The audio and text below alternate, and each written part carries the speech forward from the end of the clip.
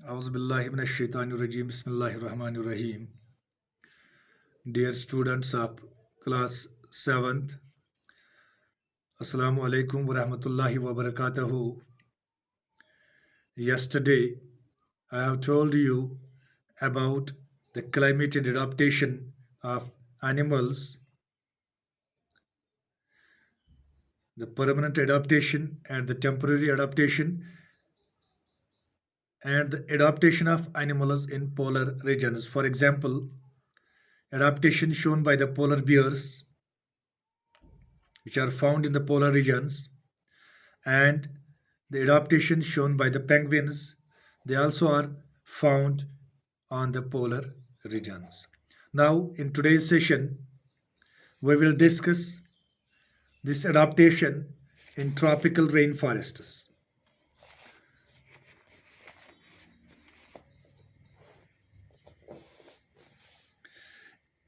When we talk about the adaptation in tropical rainforests, some of the adaptations by these animals are arboreal, camouflage, highly developed sense organs, characteristic eating habit, keeping body temperature cool. So, what is arboreal? As we know that most animals living in rainforests are arboreal. Arboreal. That is, what does the arboreal mean? That is, they live on trees. जब हम tropical rain forests के बारे में इनकी adaptation जो वहाँ पे animals पाए जाते हैं उनकी अडाप्टेशन के बारे में पढ़ते हैं तो अस छ वनान कि वारियाह एनिमल्स छ यम रोजान छ रेन फॉरेस्टन मज तिम छ आसान arboreal that is they live on trees um मतलब गो तिम छ कुलन पे रोजान अगर इस मिसाल निमो मंकी जो बंदर होता है वो क्या करता है वो अपने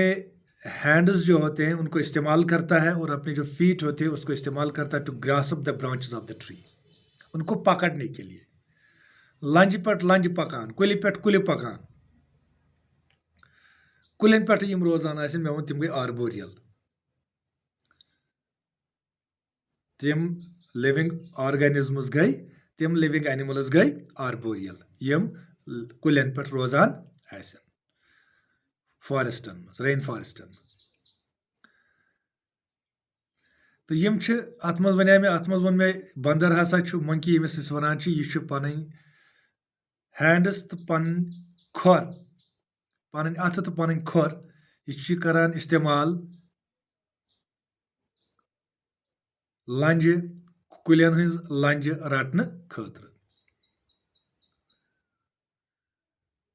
वारिया मंकीज छ तिम ते यमन अमे अलाव बे लॉन्ग फ्लेक्सिबल टेल तो छ आसन यह कम खतर छ आसन to hold on to the branches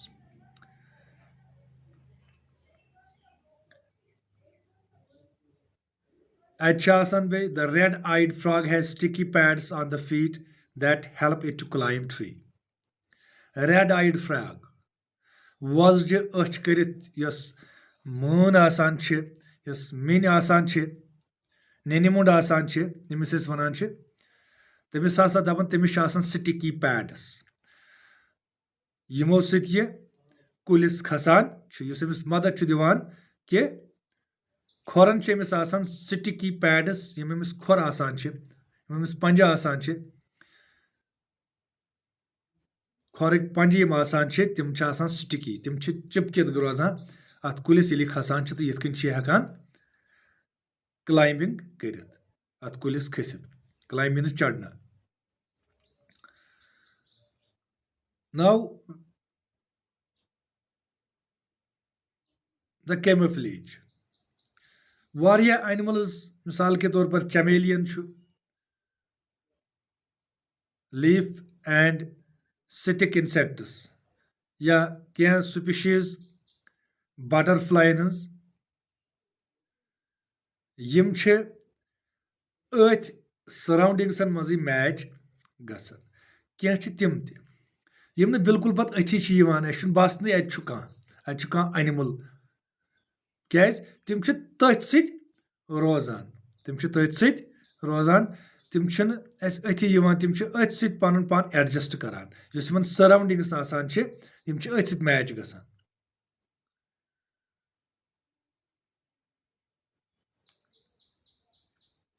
अगर इस कत करो गिरगट वनान यह पन रंग तुथु बनावान युथ यतन यह रोज बेन यह एनिमल अथी तो यथ कन बचान पन्ने अमिस शिकार कर पन्ने एनिमल एनमी निश पन्निस दुश्मनस निश बचित यथ हेकान तो बे आराम सान पन शिकार तकान कर अगर यमन एडाप्टेशन यमन रेन फॉरेस्टन मज एनिमलन वो अगर टाइगर निमोन कैंसन एनिमलन यमन वारिया शार्प आई साइट तो बेसान यमन कीन हियरिंग एबिलिटी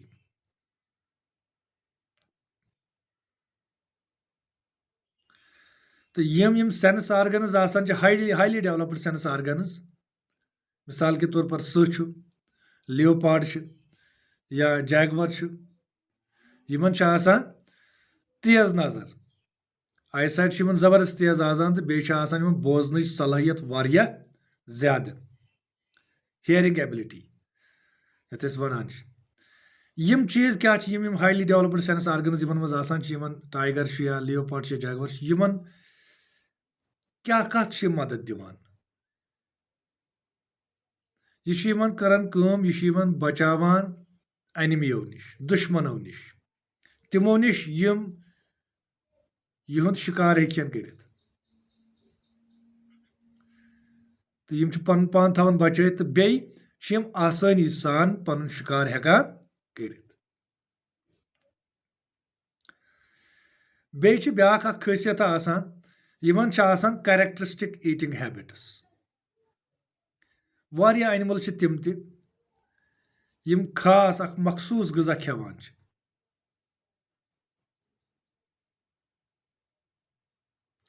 यम न बाकी जानवर हेकान खेत कह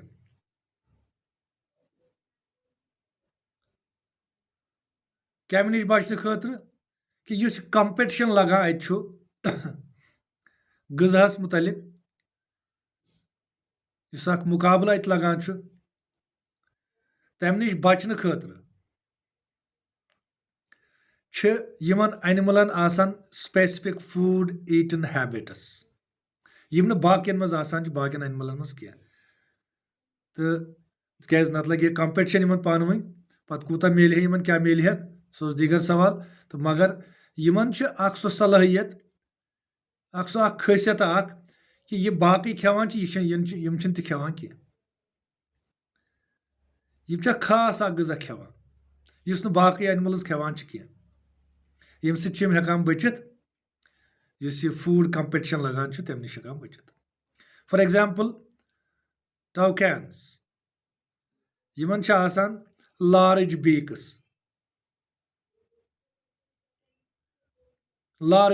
आसान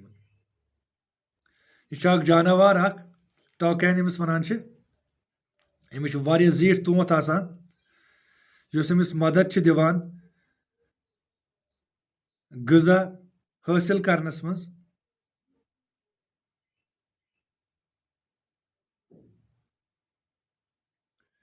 that helps them to access food unavailable to other birds. तो यह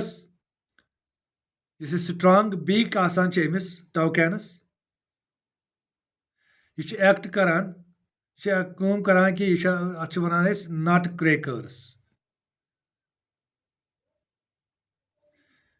क्रैकर्स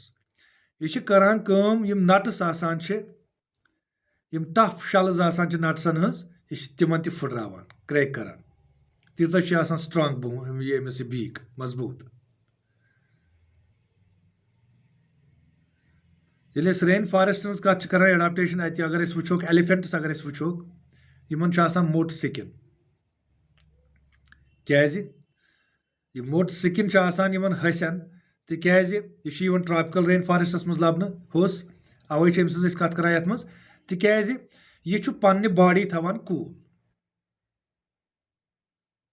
यम अमिस बड़ कन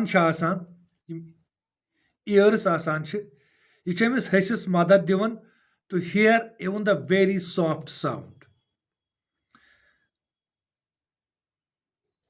खश जन गस कुछ खश यह अम सद कन तिम बोजान सो आवाज बोजान बे थवान अमिस यह ठंड कत मज गर्म किस तो ये ज्यादा नमी एटमॉस्फेयरस मज तिथिस क्लाइमेटस मज थवान अमिस यह इन हॉट एंड ह्यूमाइड क्लाइमेटस मज यह थवान अमिस बॉडी कूल तो यम अमिस थिन स्किन आसान over the years thin skin आसान कनो पे यह करान यह वार वार वार वार हीट आसान यह करान क्विकली यह करान यह हीट आसान यह करान क्विकली रिलीज ब्या खासियत यम elephants in tropical rain forest मज लबन ये एडाप्टेशन मुतलिक पढ़ान in strong sense of smell यह कम जरिए स्मेल करान थ्रू इट्स ट्रंक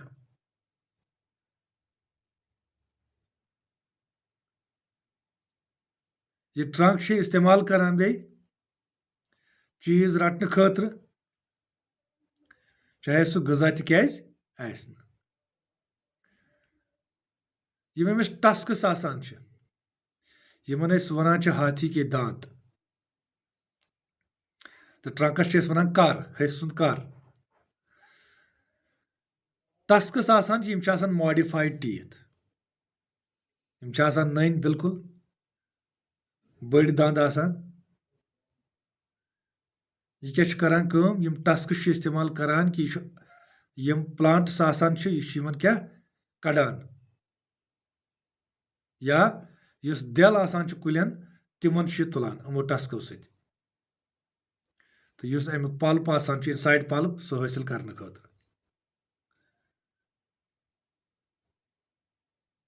टस्कस यम आसान अकिस हसिस अत लायक बनावन कि यह कर compete for food rather well so this was about the adaptation in tropical rainforests of some animals like tigers, leopards, jaguar, toucan, chameleon, leaf and stick insects, and some species of butterfly, and this elephant. They all live in these tropical rainforests, and I have told you about their adaptations in these tropical rainforests. Now, in today's session, we have completed your chapter weather, climate, and adaptations of animals to climate. And inshallah, tomorrow we will go through the exercise of the lesson. And till then, Allah Hafiz.